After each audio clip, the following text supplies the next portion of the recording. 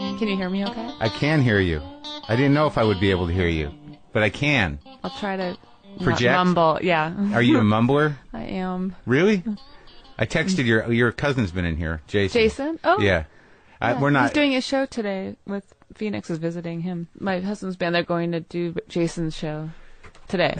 Oh, so you came with the whole family to L.A. or just him. He's on tour and they did the music for my movie. They did? Yeah. So they could. They did the score, but it's different than no, it's definitely different. I watched the movie. I watched your movie. I guess we can talk about the movie right out of the gate. You're used to that now. You've been doing the junket thing, huh? Sitting in a room, doing 6-minute interviews with 25 people. Yeah. I'm a little. I've been talking about myself way too much. Really, you don't like it? Who was doing the junket with you? Who was sitting there with you? Kirsten and Al have been doing it with me. Kirsten Dunst and Al Fanning, so that's fun. But mostly it's on my own. And you just it's like, I just did one for the show I'm in, and it's like it's tedious because you can't. At some point, your brain wants to lock into something you can say to everybody, but then if you just say the same thing to everybody, it's going to be the same article. But then on a deeper level, who's going to read all the articles. Yeah, that's true. I just try to do autopilot. You do? But then I just get bored with hearing myself say the same. Yeah. But so you've been in. But I won't be an autopilot this morning. I won't tolerate it. I know you.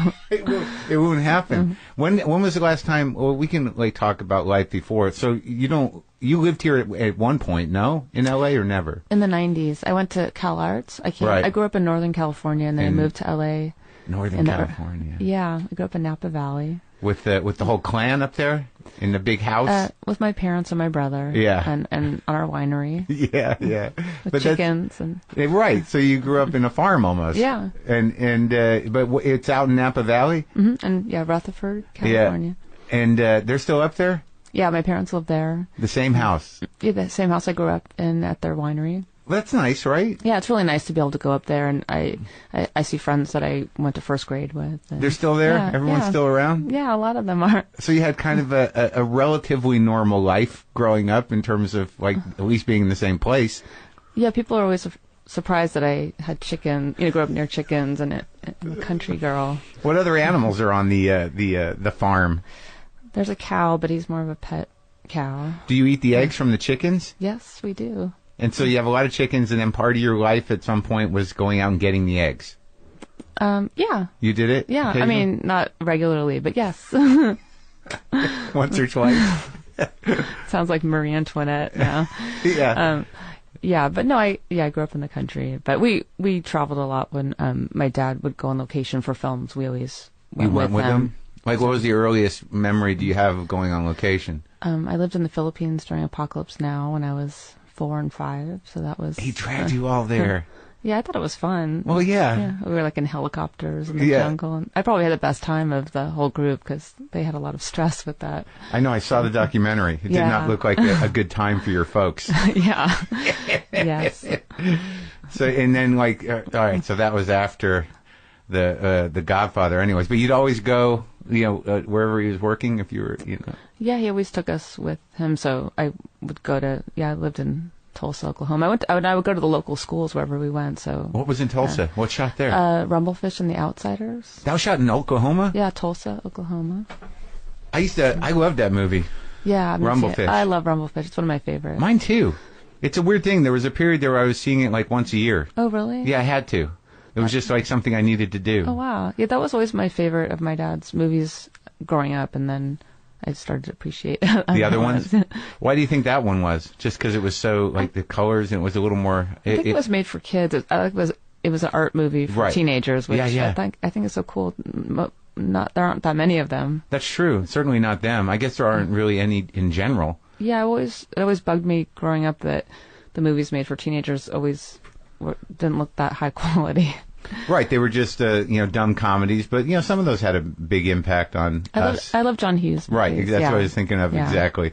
But like there were movies like, I guess Baz Luhrmann, when he did Romeo and Juliet, that was some sort of weird attempt at elevating the form for the youth. That's true. I always appreciate when people do that, because a lot of times I thought, why do they have to have bad cinematography and bad lighting? Like, well, yeah, that was kind of a spectacle. What was the other one he did? I can't remember, but like Marie Antoinette sort of was trying to do a little of that, right? To connect with younger people. Yeah. I don't know what my thinking was. Yes, it was. It was definitely in a teenage girl feeling. Because she was a teenage girl, kind of, right? Yeah. And I liked it. That must have been a fun movie to do. It was really fun. I couldn't believe that they opened up the Chateau Versailles for us. How'd you get that done?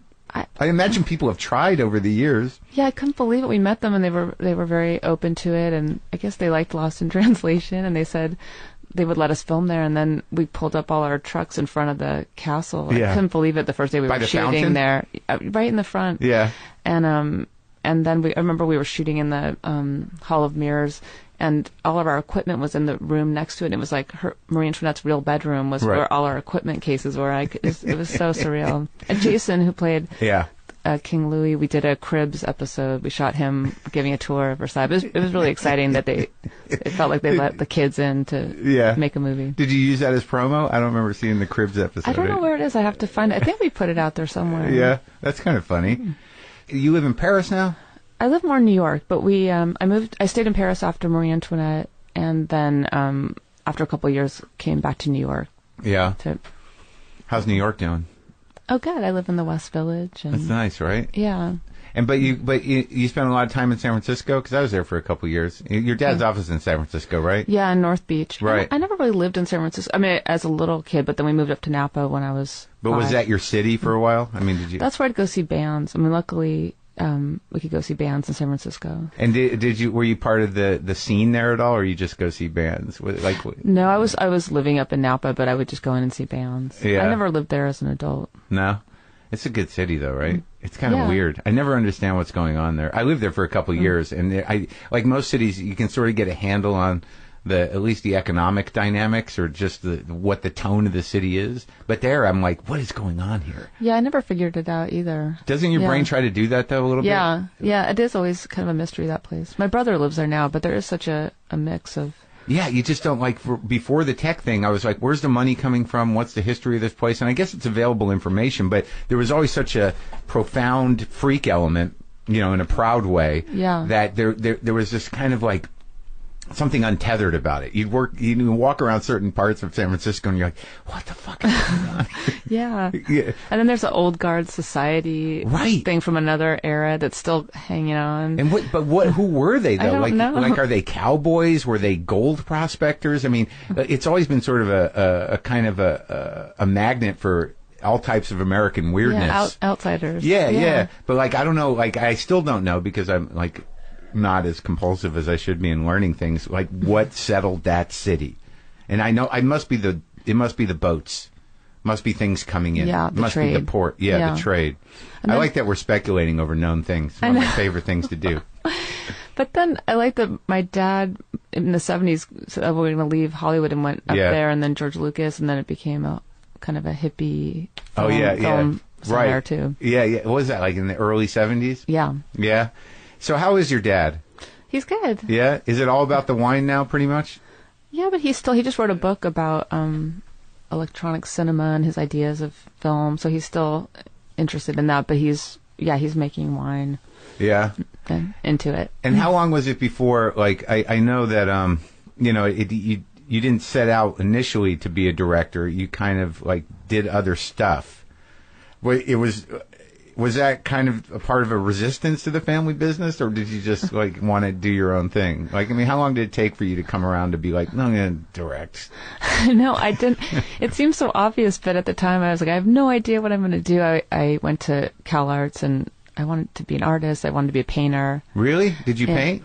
Yeah, but very badly. And then I went to Art Center. I moved to Art Center. Where's Art Center? In Pasadena. Right here? Yeah. Oh, that's a pretty famous place. Yeah. Yeah. And then my painting teacher told me I wasn't a painter. Oh. And I was really upset, but I'm glad that they did. And I met Paul Jasmine, the photography teacher there, and got into photography. And really? Like, did you get into the history of photography and everything, or just shooting?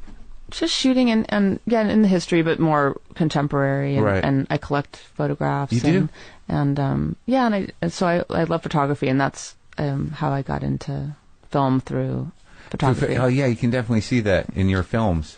Like, who were like some of the photographers that like inspired you? I love Eggleston and Lee Freelander and Helmut Newton. And did you go far back? Like, because like, did you ever look at that Auger stuff? Like, no, I was always more interested in more contemporary or 40s on. Yeah. I wasn't like consciously deciding not to go into the film business. Maybe I was rebelling. Yeah, a little. But you would have had to lose your last name to completely rebel. You'd have to. Yeah, that's true. My 10-year-old daughter is really into gymnastics, and she said, "I'm going to be the first athlete in our family. They're all artists." And oh, really? That's funny. That's how she's going to fight. Yeah. Look, that's better than drinking and being. Yeah, exactly. We'll see. Look, if she's going to fuck you, I'm going to do gymnastics. You're doing good as a parent. That's true. I hope we can keep it up. Did you ever do like a show of your photographs and stuff? Were you like really pursuing it? Or? No, I worked for like magazines, and I did a group show in Tokyo with some other people, but I was doing more kind of portraits and fashion, never like an art photographer. But I don't know how I ended up. I was in my 20s, just trying to figure it out and doing different things. But I was always kind of frustrated that I had a lot of interest, but I wasn't an expert at any. And then I made a short film. I had a little clothing company doing T-shirts, and I was interested in different things and trying to figure out. I didn't want to wake up one day and say, "Oh, I wish I had done something." So I tried to try a lot of things. You did some T-shirts. How's that line doing? Is it still around? Oh, it's gone. No. It was a early '90s moment. Did it pick up any traction? It did well in Japan. And really? We left it there. So, I was like, California T-shirts. But no, we had like a little fashion line. But I tried different things, and then I made a short film, and I thought, oh, here's something that incorporates all the things I'm into in music and photography, and you had to realize that on your own. You couldn't, look at it. You know what I mean? Like, it seems so obvious, but it never occurred to me. I never thought I would be a director. It's but it's kind of nice that it would have been expected that you would have appreciated all that before because you grew up in it and you were living it. But then not until you made your own thing, you're like, oh, you put music and there's acting. And I was surprised at how I knew how to do it because I didn't go to film school, but of course I spent my whole life on my dad's sets, and he was always talking about it, and we were, with all these great people that he worked with. But was he constantly talking about it? Yeah. Oh, yeah. He was, and about writing too. I mean, as a little kid, he'd be talking about like 3-act structure. Sure. And, so I was learning all this. It was all absorbing, and I guess if you're on set wandering around the Philippines watching him direct that movie, you're like, well, maybe I don't have to go that far. Maybe keep it a little tighter. Yeah, exactly. I got my 10,000 hours. Yeah, didn't you? Right, just by absorbing it as a child. Yeah, that's hilarious. Did you do television? You didn't do much television. No, I never have. Never at all. Oh no, I did do it in the 90s. I had it. My friends and I did 4 episodes of a magazine show called High Octane, where we drove around in muscle cars and interviewed different people. Did it stick? No, we just did 4 of them, and then for who? Strangely Comedy Central, but it wasn't really a comedy show. It was a magazine show, but I think it was... So you're driving around in big cars, talking to celebrities? Yeah, talking about like different, artists and people that interested us. Who worked with you on that? I just did it with some of my friends. Yeah. Yeah. So I forgot about that. It was long ago. But I guess the way I really got into film was I read this book, The Virgin Suicides by Jeff Eugenides, and I heard they were going to make a film of it, and I felt really protective of it. I hope they don't mess it up when you have a book that you love. And so I started trying to figure out how I would write a script to it, and I didn't have the rights to it. Someone else did, but I wrote the script as an experiment, and then I felt so attached to it that I found the producers and I asked them to read my script, and somehow they let me. And they let you direct it? Yeah. And they used your script? Yeah, they read my script and what's it like? It's a intense movie. Like, what was it that compelled you? Like, really, just the story, or just because it's dark but has other elements? I mean, I love the book. I love the way it was written, and the mystery between the boys trying to understand girls, and just that age, and kind of the melancholy of being that age, and I just felt like he really captured the feeling of that in a very extreme situation. Yeah, but there's something like romantic about it. I think when you're that age, especially like the idea of love and death. It's all kind of heightened. Right, but you don't actually follow through with it generally. No.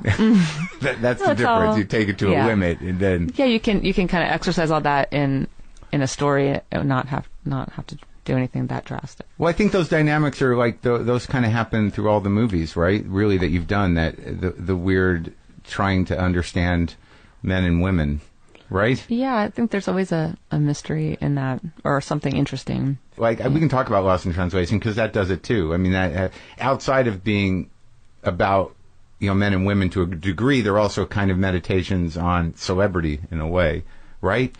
Yeah, I'm always drawn to some element of that. Probably just growing up around having a famous father and people reacted or something. I don't know why, but there's something. I mean, so in our culture.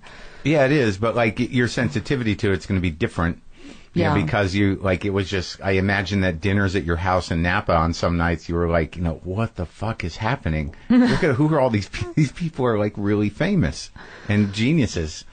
I don't know if I think I just... You didn't register it? They were just people? They were just like the people that my dad worked with. And but I mean, in retrospect, don't you think back and go like, holy shit. I was like, yeah, there's some funny stories, yeah. Like what? Oh, I don't know the people that came through their house. There were definitely a lot of characters. Yeah. And I know we were talking about Richard Gere the other day, and I remember being, like 10, and he was like skinny dipping in our pool, or like it's appropriate. Yeah. He did a lot of work at the house, like he would have readings and stuff there, or what, or just yeah when they would have the actors would do readings, or right. he would always make dinner for lots of people. He likes to cook, huh? Yeah, he can just like throw together a big dinner for all these people, like no problem, which is a mystery to me. It seems very important to him. Yeah, it's the Italian family thing, and making people feel. Did you get any of that? I have the same, wanting to, on set to make everyone feel like family and comfortable, but I can't make dinner at the last minute for 20 people. Whip up a pot of pasta and sauce. I wish. I feel it's too much pressure being Italian and not being able to do that well. So I asked him, how do you do that? And he's like, you just feel it. And I was like, I don't feel it. Tell me exactly how you do it. You just feel it. Yeah, I guess, I don't know. I think that's nice. I think it's a nice thing to be able to entertain a bunch of people spontaneously and having that be a lovely thing. Yes, and not a stressful disaster. Like, oh my God, they're coming. Do we have everything? Right, yeah. It's a nice environment to grow up in. Yeah. So what I did, which it was surprising to me, because I went and saw You're Beguiled, and then I felt compelled to watch the original yesterday, which is much more disturbing. Yeah. And I feel like I've seen it before in my life. Like, I don't remember, because when I realized it was a remake and I saw it was I think I saw bits and pieces of it flipping on through. TV right. Or something, yeah. But I've seen a lot of Don Siegel's movies. I've certainly seen most of Clint Eastwood's movies. But I don't think I saw that one, which is this weird outlier, really. It's their art film. It's definitely like a 70s art film, but it's also like, kind of off-brand for Clint, I would imagine, at that time. Yeah. Right? Yeah, very much so. And it was surprising. It was surprising to watch it for the first time coming out of your film, because something about that movie, I mean, I imagine you've been asked this before, but what was it that made you decide to do that movie? Yeah, I had never seen the film. People that really know movies, it's a classic in that kind of genre. But my friend Ann Ross, who's my production designer, she said, "Oh, I just saw this movie, The Beguiled. It's Don Siegel, Clint Eastwood movie. You need to see it. I think you need to remake it." And I was like, "Oh, ha ha." I would never ever think of remaking someone else's movie. And then I watched it, and it just stayed in my head. It was so weird and not what I expected, and it just and it was so odd to me, the story of these women in a Southern girls' school, and this enemy soldier comes in, and so I found the book that was out of print. And the actual book it was based on? Yeah. It was based on a novel by Thomas Cullinan, and so I found a copy and started looking at it. And it's all written by each chapter is a different woman's point of view of this encounter. And the characters. Yeah, the characters. So then I just started thinking about how I would love to make a new version that's all from their point of view and start in their world. And then this, man, they haven't seen a man in years, and then an enemy soldier comes in, and it's all very heated. And so that was how and then Universal had it in their library, and I asked them if they would let me take it out and make. What does that mean? version. They had it in their library. They owned it. They owned it because they had made the original film, and they still own it. So they continue to pay licenses on. I think you have to buy it outright when you make the film, and then it stays in your archive. Huh. So I asked them if they could take it out and dust it off, and so you had to dig up that book. And that, I guess that would explain the weird kind of subconscious voiceovers in the original. That you have these moments. That must be right out of the book, in a way, or a way to accommodate the point of view thing. Yeah. The Don Siegel movie has a lot of voiceover and flashbacks, right. and you know right away he's a bad guy. Where I wanted to be more in the women's point of view of trying to figure out. Well, that was the thing. Is that because I left your movie. I like your movies because they're provocative in a way that a lot of movies you watch and you get and then you kind of catalog them either as good movies or I kind of remember that movie. But it seems that certainly the last 3 movies that you do that you did in my memory, you kind of walk out and you question yourself somehow and your life and why did you have this reaction to this character? Cool. Well, that's good. That's what you want. Yeah. Of course, I'm happy people stays with them or you think about it. Well, not wrap it all up. Right. Well, the weird thing about your version of the film was that somehow or another, like in Siegel's, within 2 minutes you're like, no, this guy's bad. Yeah. There's no gray area. Yeah. I don't know what genre it would be in. It seems is it a horror movie? Is it what is that movie? It's a little bit more horror, but I like to just think of Southern Gothic. Southern Gothic. Oh, yeah, okay. That makes sense. But, right out of the gate, you're like, holy shit, Clint Eastwood is not regular Clint Eastwood. Yeah. No, I don't know what... I'd love to know what they were talking about when Don Siegel wanted to do that. That opening scene? Or just that movie, and yeah. But yeah. What provoked it? Yeah, I'm just curious how that all came to be, But in your film, your version, once the turn of events happens... Yeah. And I don't know if there are spoilers with a movie that's being remade, but certainly I'll treat it as such. Yeah, it's still fun if the audience doesn't know. Oh, no, I didn't see it, and I watch a lot of movies, and if I did see it, I didn't remember it, the original. But once the turn of events happen, I think the big difference is that, whether it's a point of view thing or not, is that your McBurney, by Colin Farrell, is a sympathetic character. Whereas Clint's is in no way, unless you're perverse. Yeah, he's a bad guy right from the get-go. Right. But this one, I feel like you're not quite sure. It's that moment of, I want to trust him, but I know maybe I shouldn't. Right. But he's definitely, there was a weird turn in it. But my point was is that after what happens, mm-hmm. Pretty far into the movie, really. Was that the beginning of Act 3 almost? Yeah. Yeah. Even after that happens, as a man, I'm sort of well, it's kind of understandable. I know. No, I think it's really different whether if a man or a woman watches it, how you relate to it. I think it's really different. Oddly, that character and that, and the power of sex and violence and all this stuff that's sort of the underlying themes of this thing are sort of eternal issues within men and women and people. Yeah, that's what I loved about the story is because we can still relate to all those dynamics. And then the power shift between the men and the women in the story. It's so, a heightened version in the story, but of who's, it goes back and forth with who's in charge and is he a guest or a prisoner, and I thought it was fun to get into all that. But in shooting it, because it's very apparent and over explained in the original movie. So what was the challenge of dealing with the book and the script when you were constructing the thing? Yeah, I wanted you to not be clear if more in their point of view of can we trust this guy, and he's charming, it's nice to have him around, and going back and forth, and they're all just they're just wet all the time. Well, they've been so cut off from right, and then they were raised to be lovely ladies for men, and there's no men around, and then he comes in and they're all turned upside down. I love that you're in the heat of the South and they're all repressed. And Miss Martha Nicole's character is very religious, is torn between she likes to have him around, but we shouldn't really keep this enemy here. And so they're all kind of turned around, and for him it kind of starts out as a fantasy that he has these ladies on lace pillows taking care of him, and then as it goes on, he's their prisoner. Kirsten Dunst's character, what's her name? Edwina. She was great. Yeah. Your relationship with her has gone on a long time. Yeah, she was 16 when we worked together the first time. On Virgin Suicide? Yeah.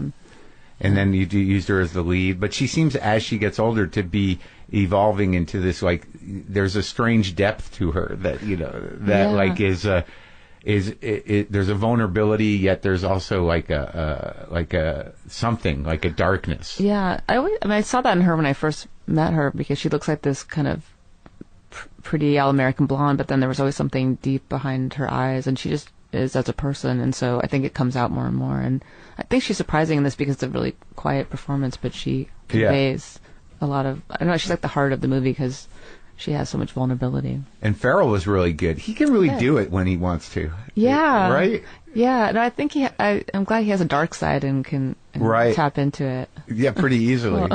Like, how long was it? How many people did you look at for that role?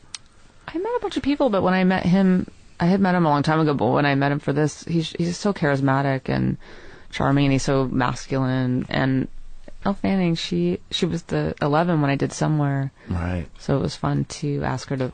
That's been that long ago already? Yeah. She played the daughter. She played the daughter, and now she's 18, so it was her first kind of... I don't know first, but seeing her as a young woman and playing the bad girl. Vixen. And again, in the Siegel version, that girl is really bad. Yeah. Like it's pretty. Well, it's interesting. Were you conscious of that all these characters represented some strain of the feminine character? Like, they're all pretty well defined. I like that they were women at different stages of like maturity. Right. So they're relating to him at that level of where they are at that moment. And Elle's character is never, she's just at that age where she's kind of coming into her sexuality, and there's no men around, and then he shows up, and she's beside herself. Yeah, and she's always presenting herself as to him, and I love that she's this kind of in the book, that character was really self-centered, and her mother raised her to like get a rich husband. So there's certain women that are geared towards being attractive to men at all times, right? And it's also part of that culture, I think. So yeah, it was fun to see. It's a part of culture in general, kind of. Well, I feel it's heightened in that southern ladies. Right. It was shameless. It was not coded. Yeah, exactly. Right. Exactly. So she's a full example of that. And why the decision then? Like, I imagine you had to ask certain questions because the African American, the slave in Siegel's, and I imagine in the book, was a pretty elemental part. Yeah, I mean, I felt like in the movie she's the side character, and I just felt like I didn't want to.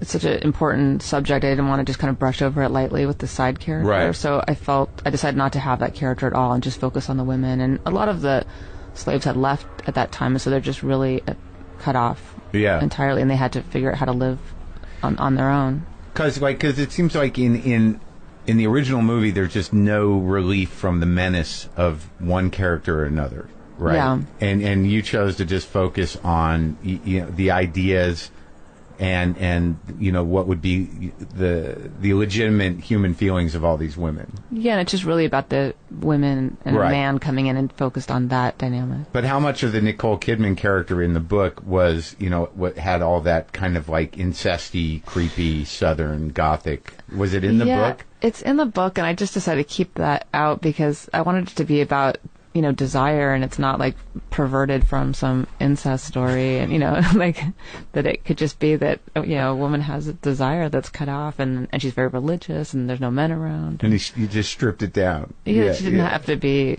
Geraldine Page was just what it like disturbing. Yeah, it's much more disturbing, that character, and I wanted that character to be not as crazy and more attractive, and not just like. But the woman who played Edwina that character seems out of all of them to be pretty closest to the original, right? Yeah, she was the vulnerable one, and I liked that about her. And then Kirsten made her version. And I also like that some of the little girls are the smartest ones there because they're not jaded by desire in a way. Yeah, I love the little girl Addison Rickey, who plays Amy? Marie, who comes up with the mushroom plan. Yeah, she's great. Like I like that in their child like minds, the logic is very pure. Yeah. They can see what's going on. They're not clouded by like by a desire. Right. Which in the original, the 12-year-old is completely smitten. Yeah. Yeah. And just because of that opening scene. Yeah. But you did take, like, I was surprised that, like, in terms of setting, that it seems like the tone is similar. Like, right from the get-go, the two movies open with a similar shot, really. Yeah, I think that they have like a war montage. Oh, yeah. They really established the Civil War. Yeah. But in ours, we follow her to discover him. Right. I can't remember in the original, maybe you meet him first. No, I think she finds him and it's a surprise, but... I think he did a great job, like, just excising the backstories that were so heavy-handed in the original that really don't allow the characters to be human in a way. Yeah, right? Yeah. No, I wanted you to be able to relate to them, even though it's a really over-the-top situation, but have them be human underneath that. And the actors help with that. Right, but in yours, it's not that over the top. It makes sense. Okay. And, in the original, like, once, you see the flashback of what really happened in the battle with him, you're like, this guy's just shitty on all levels. Yeah, I think it's much more intriguing not to know, he cops to cowardice. Yeah, you want to know if you don't know, he's bad and they're good. And And then there's all the creepy shit. But the one scene that there's like psychedelic montage and the lesbian fantasy. Yeah, the dream sequence. Yeah. Geraldine Page's dream sequence. Yeah.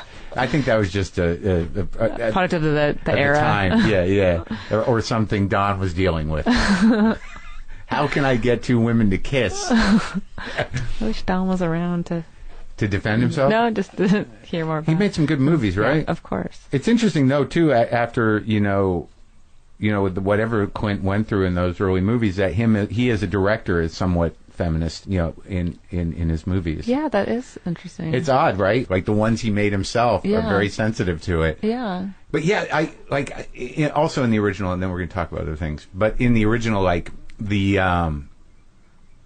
gore was like they had it in there. Like I was surprised because like in your movie they went for it. Well, they went for it, but it was almost ridiculous. Like blood in the 70s was just this weird red paint that was everywhere.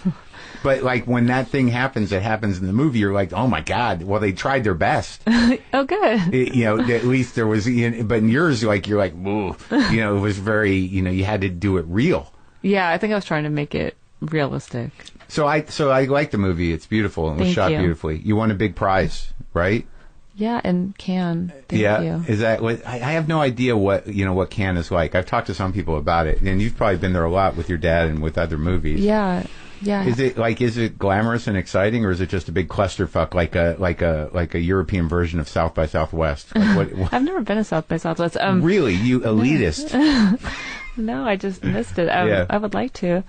It's in Austin, right? Yeah. Well, they have all different South bys now. They have the the film, the television, the music. Right. It's a big enterprise. Yeah, I'd like to, but Cannes is always glamorous. Yeah. I mean, especially in the 70s. I remember going as a kid, and because it still had like hippies and black tie, and I remember Cheech and Chong, Up in Smoke. There's a huge joint on the Croisette, and then people in tuxedos, and it was just a glamorous time. That's a childhood memory. Cheech and Chong. They make an impact. Cheech and Chong. I know my big brothers got to go, and I wasn't allowed to go to Up in Smoke. It stayed with me, but I had them here. Oh yeah. Yeah, as after they've gone through all they've gone through, and they were sort of trying to. Get out in the world again. What was so funny, because like I'm wearing these headphones, and like I grew up listening to Cheech and Chong, is that the two of them talk like that. So, so when you hear them interacting with each other, you're like, oh my God, this is Cheech and Chong record. It's blowing your mind. It was kind of. That's so cool. But yeah, Cannes is always exciting and glamorous, and it's always kind of nerve-wracking to show your movie there. It's in this beautiful big theater with a great screen in the best way, but it's nerve-wracking because they're notorious for like booing and being harsh. And how did it like outside of winning Best Director? How was it? It went well. They reacted well. Yeah, so that was a relief. It was exciting. It was the first time I've seen it finished and with the cast, and so it was. You're there on the south of France. And it was exciting. Kidman seems to be really kind of working. Like she's out a lot, and she's doing interesting roles. Yeah, I'm always impressed that she does interesting parts and supports different kinds of movies. And when I asked her to do this, she, a day later, she said yes. It wasn't a whole process. So she was really enthusiastic, and it's cool to see all the different things she's doing. Yeah, well, I've always loved her as an actress. Yeah, me too. And like there was this period where she wasn't around much, and now like she's really kind of sinking her teeth into some real shit. I know, it's cool. Like the Lion movie, is that what it's called? Yeah, and she was great in that. Yeah. And is she a nice person? Yes, she's really nice. She's really warm, and she's so kind of regal and tall and imposing, and so then it's always a surprise that she's so warm and you know. Yeah. What's your relationship with your movies and your old man? Do you show him? Do you ask him for advice? Yeah. This one I showed him when I was just finishing editing. Yeah. So he didn't read it or didn't know anything about it. He's like, I don't want to know anything until I see it.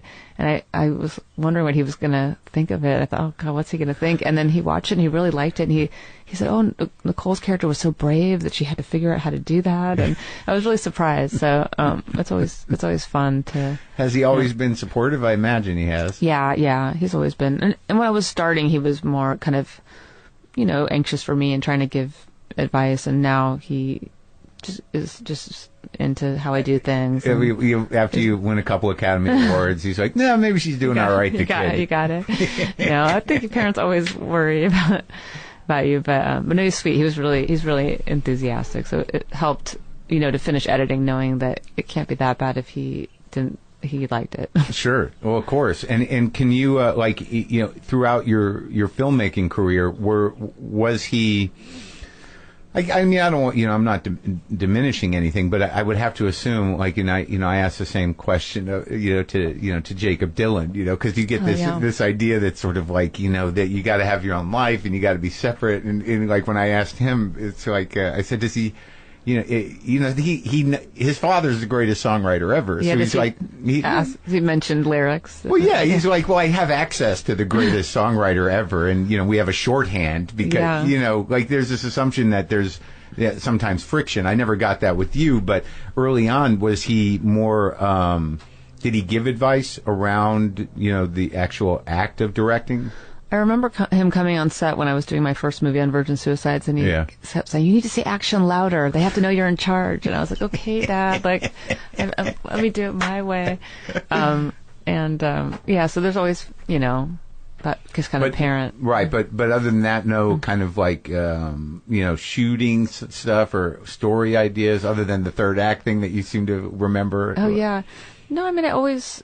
before I do a movie, sometimes I'll ask him just kind of refresher courses. Like on this, I'll ask about his rehearsal process because he always has a really interesting way he rehearses with actors, and just to spend time with the actors before. And he does he came from theater, so he did a lot of theater games, and he said it was really important to get them together and have them make a meal together and make real food and eat together. And that's something that he did in The Godfather, where he had the family come together and make a meal. And then he said ever since that improv, the actors just change their relationships with each other. So I've done that on film. So I always like to talk to him about how he works with actors to prepare before the shooting. I think that's really helpful. Yeah, because some people, I've talked to Walter Hill and maybe one or two other people that I think directors really approach that differently.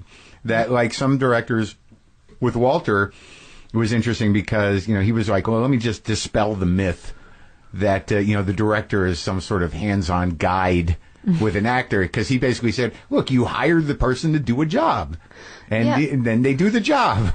Yeah, I know so much of it's just the casting. People are asking, how do you work with the actors? Right. And it's like, I cast the people I think can do it, and then I let them do it. Right. Yeah. I think that's some sort of weird, I don't know where that idea of the director kind of getting in and working with, I mean, there are scenes, though, when your father... on Apocalypse Now in that documentary that I think your mother shot, right? Yeah. Oh my God. Yeah. I know. I can't, and they're still together. Yeah, isn't that incredible? It is sort of incredible. Yeah, they've been married for 55 years. Well, it seems like at the core of it, your dad's a pretty sweet guy. He got a little crazy for a while. What are you gonna do? He's an artist. He got ups and downs, but he's sweet. But that scene where he's like, no, I got to deal with crazy Marlon, and Dennis Hopper and Marlon Brando. So he hasn't read the book. So I imagine that thing was very hands on. But even though you're dealing with these great actors, he had almost There's that scene that always kills me is the John Milius, talking about why he took the job. He says, like, Francis had convinced me this would be the first film to win the Nobel Prize. Oh, right. So good. So you're dealing with a guy that was like a lot of passion. I guess passion's a diplomatic word for it. But you generally just, you have a meal, and what do you do with that meal? Do you talk about the characters? Oh, no, in character. They do it in character. Oh, that's the improv. Yeah, they're in character, and they make a meal together as a family or their group. And like for our movie, we had them in a house, and Nicole's character was in charge of everything, and all the dynamics of the characters start to come out. So you do it's like rehearsals, but they're more improv. And it's just you guys. There's no crew or nothing. No, it's just them and me, and it's fun. We did. Yeah. Do you engage with them, or do you just watch? No, I try to stay out of it, or I'll whisper something to try something. But no, it's just more for them to feel up being in the characters, and they start to wear the corsets, and that's wild. But there's something about would have never thought of it, but my dad said when you have food, it becomes like sensory and sure, it connects you. Yeah, and they're kind of bonded for that, and start to feel like the characters in this. It helps to do it in a setting. Did you have Southern food? I think they made breakfast together. Yeah. No, like biscuits and gravy, or no? No, just regular breakfast. Yeah. Were people eating healthy? Because I think that would diminish. It seems like you have some actresses there that were sort of like, maybe not bred and. No. No, it wasn't too. Maybe that was wrong of me to say, but I hear you. And you've done that with all your movies. You did that with Dorf on, And, what about? Oh yeah, I mean, we always try to do a rehearsal period where the actors spend time together. And when we were doing Somewhere, Steven took Elle he picked her up from school and took her bowling and to do things together, so that when we started filming, they had, just kind of making a history. I think that was an interesting choice for for casting, because like he's one of those guys that looked like it was going to be huge, and then he's kind of been around. I know. I think he's such a good actor. I think so too. But and he was that guy and has a lot of heart. But it's true, he hasn't had as many opportunities to do his thing. Yeah, and that movie was sort of like heartbreaking just because of the nature of that. I don't, a lot of times I talk about, I think that people in show business get sort of dismissed by the culture in terms of like people who aren't enamored with celebrity think that like, what do you guys really do? Yeah. Which really sort of annoys me, because the process of making art or doing acting and doing direct, it's like it's hard work. Yeah, and I think if you do it well, it looks easy. Like anyone that's good at what they do, I think. I guess so. It annoys me lately that there's this idea that we're all slacking out here. Oh, really? Yeah, just sort of like, no, you guys, what are you, just actors? It's like, we're keeping, we're trying to balance. We're trying to have the some horror. Culture going. Exactly. Yeah.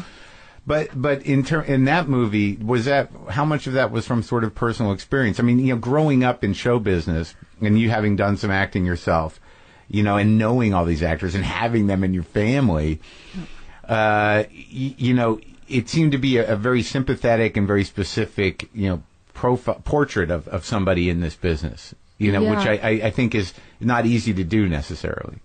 Yeah, I feel like spending time at Chateau Marmont, I've seen those guys. There's a lot of, he was a mix of a lot of different actors and But you never hung out there?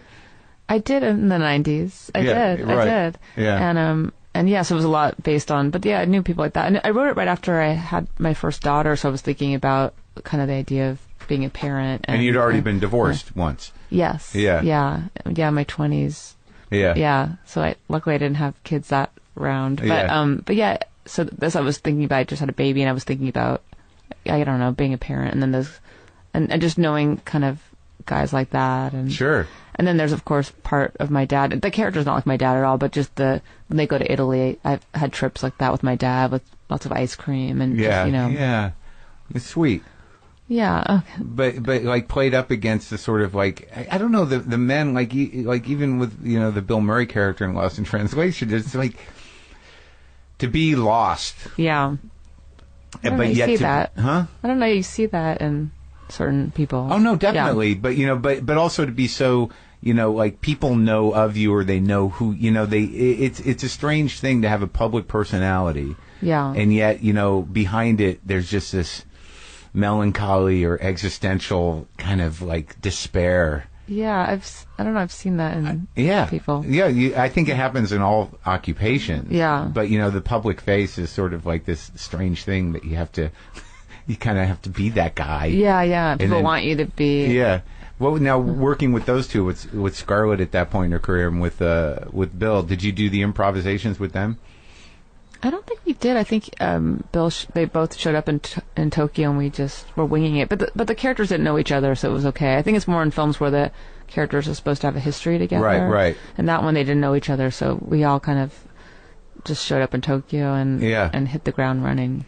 And that was like, you got him at a good point. Like, he's such an amazing talent of some kind. Like, I know. What a trip. I know. I was so happy when he showed up. And I love when he sings, like, to give him a microphone. We actually all went to karaoke. That was fun. Oh, you did? Yeah. On some downtime? Yeah, when we were prepping, it was fun. But it's always fun to be around Bill Murray. It is, right? And he's touring right now with have you heard about his music tour that he's doing? I didn't.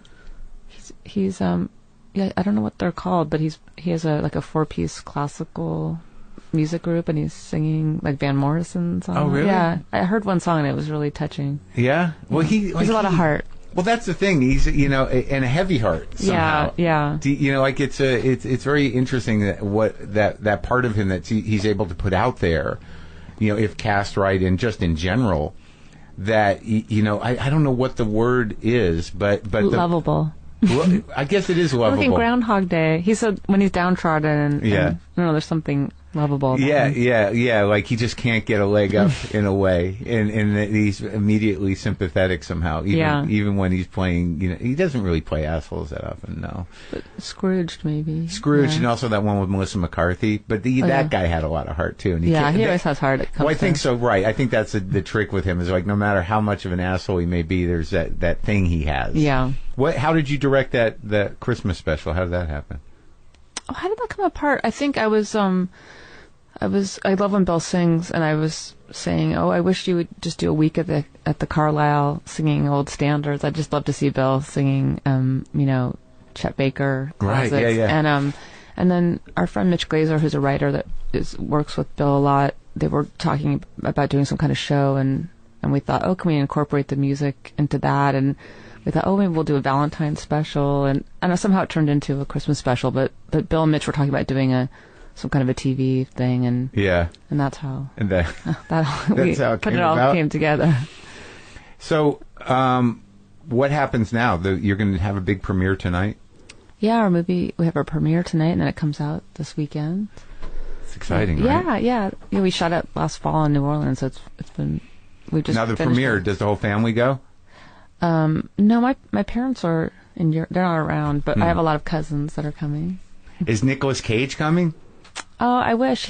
He's living in Las Vegas. I invited him, but I don't think he's here. Do you I always wanted to think that you guys are all in touch a lot. I just saw him. I was in Las Vegas for something for the movie, and he took me out. He took me and Kirsten out in a stretch limo, and we went to a show, and it was really fun. Yeah? He's a character, huh? Yeah, he's really fun.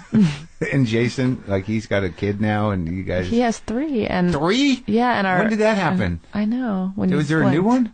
Yeah, there's a little boy now. Yeah, that's cute. And, my daughter and his daughter are close in age, and they're pals. So it's been a while since the last movie. You do spend time between movies, huh? Yeah, it takes me a while because I write the script, and I never really know what I'm doing when I finish a movie. It takes a moment to figure out what I want to do next, and then I write the script, and by the time you get it together, it takes a few years. And I try to have a life in between, too. You do? Well, you have kids. Yeah, I have 2 kids. And you're in New York, and you're married to a musician. Yeah. And there's life to be had. Do you go see music? What do you do? As a grown-up? I don't know what to do as a grown-up. Do you? I don't know. It's all a blur. I feel like dinner with people and what, and I imagine kids make it a little more immediate.